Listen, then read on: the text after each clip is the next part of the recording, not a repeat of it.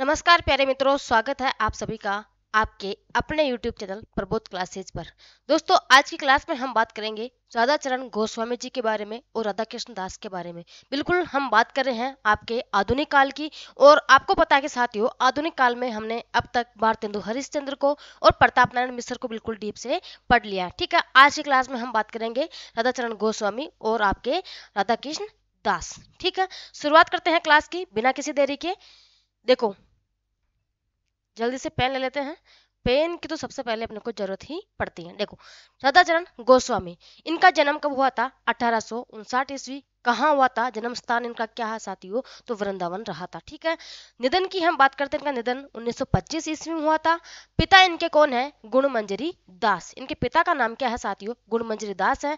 हम बात कर रहे हैं राधा चरण गोस्वामी जी की। इनका जन्म 1859 ईस्वी वृंदावन में हुआ था और इनका निधन जो है 1925 ईस्वी में हुआ था। हम बात करते हैं इनके पिता की, तो इनके पिता का नाम क्या है? गुणमंजरी दास। ठीक है, आगे हम बात करते हैं साथियों, इनकी प्रमुख रचनाएं कौन कौन सी हैं? बिल्कुल मोस्ट है, रचनाएं इनकी मोस्ट है और नाटक भी इनके क्या है? मोस्ट है। ठीक है, देखो पहले हम बात करेंगे इनकी प्रमुख रचनाएं कौन कौन सी हैं। रचनाओं की अगर हम बात करते हैं तो एक रचना है इनकी नव भक्तमाल, एक है इनकी साथियों दामिनी दूतिका, शिशिर सुषमा, निपट नादान, इश्क चमन, भ्रमर गीत, विधवा विलाप, प्रेम बगीची। साथियों, इनकी जो विधवा विलाप जो रचना है इसमें 50 दोहे हैं और प्रेम बगीची है इसमें कितने? 27 पद हैं। ठीक है, आगे हम बात करते हैं इनकी और रचनाएं कौन कौन सी हैं। तो इनकी एक रचना हो गई 12 मासा, एक हो गई साथियों इनकी भारत संगीत, एक रचना है भूमा हरण प्रार्थना। इसमें साथियों कितने? 12 छप्पे चंद है। और आपकी जो इनकी रचना कौन सी है?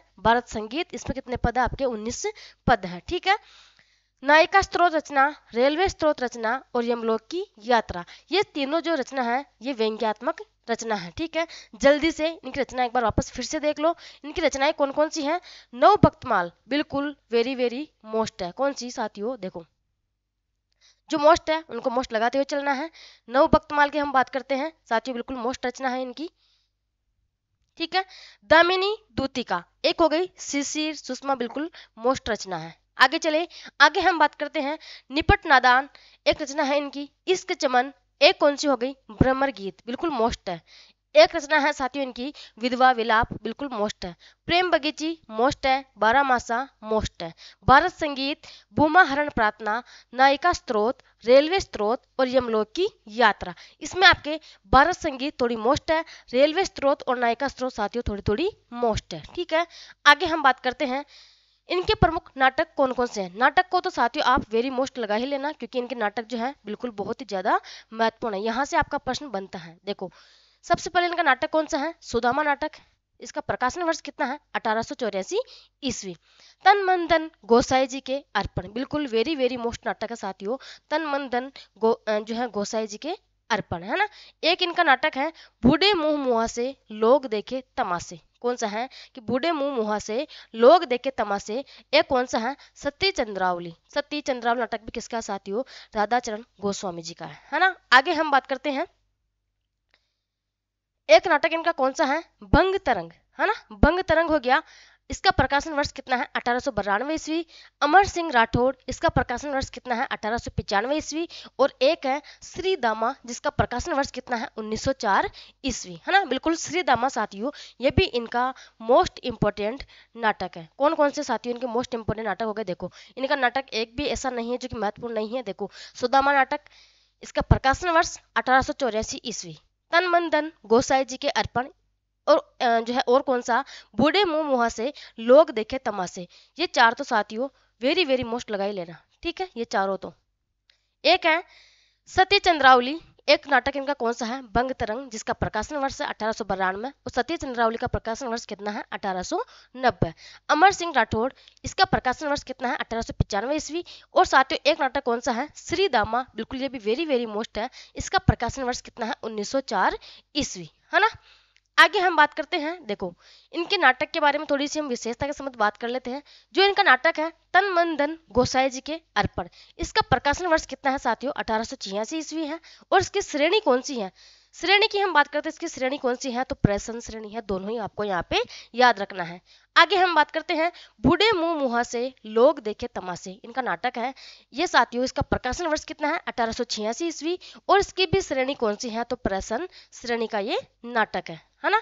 आगे हम बात करते हैं, देखो राधाचरण गोस्वामी जी ने 1883 ईस्वी में वृंदावन से भारतेंदु नामक पत्र निकाला था। किस नाम का साथियों, भारतेंदु नामक इन्होंने एक पत्र निकाला था।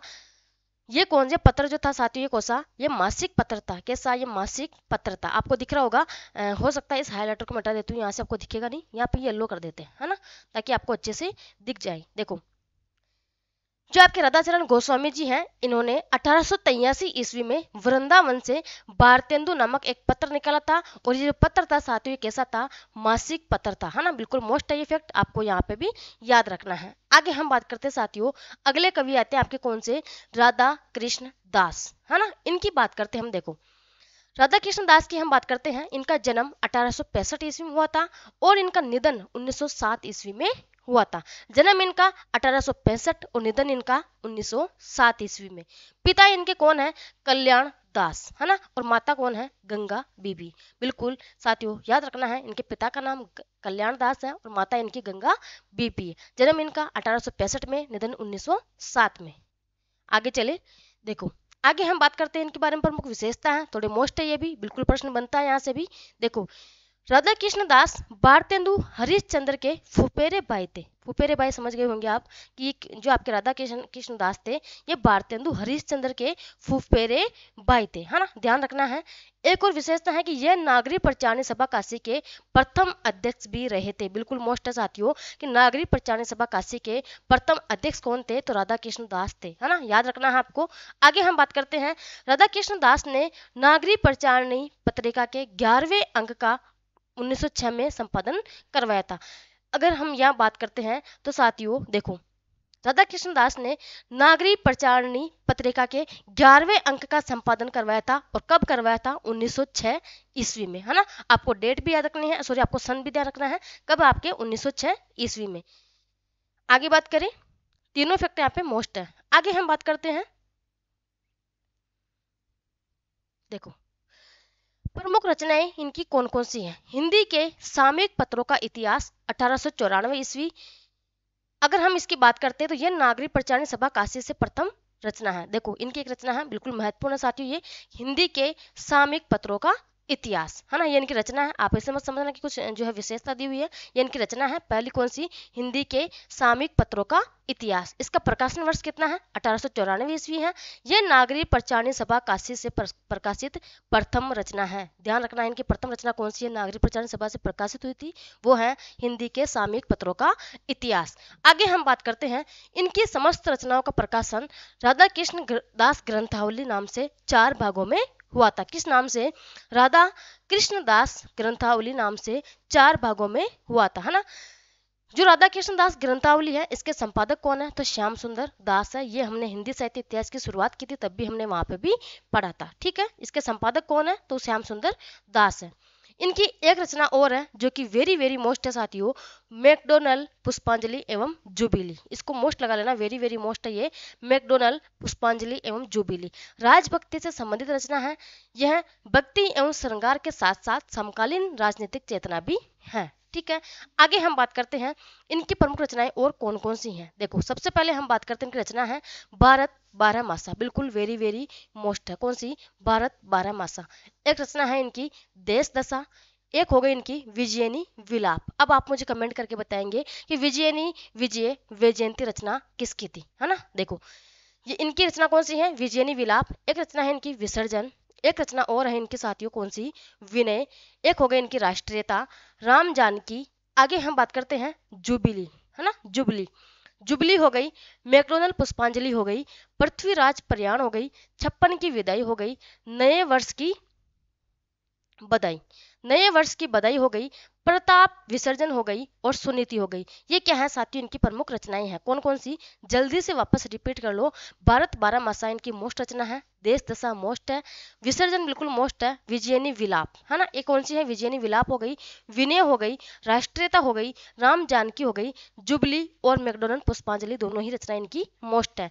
पृथ्वीराज प्रयाण एक रचना इनकी 56 की विदाई, नए वर्ष की बधाई और प्रताप विसर्जन और सुनीति, ये क्या है साथियों इनकी प्रमुख रचनाएं हैं। इसमें अगर हम बात करते हैं तो नए वर्ष की बधाई थोड़ी मोस्ट है, और एक रचना साथियों कौन सी, राष्ट्रीयता, ये भी मोस्ट है। ठीक है,